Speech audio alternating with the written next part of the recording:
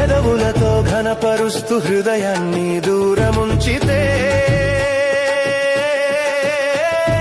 తాళాలతో భజన చేస్తూ తప్పులను దాచి ఉంచితే, పెదవులతో ఘనపరుస్తూ హృదయాన్ని దూరముంచితే, తాళాలతో భజన చేస్తూ తప్పులను దాచి ఉంచితే, ఆ శబ్దము ఆయనకు వినబడునా,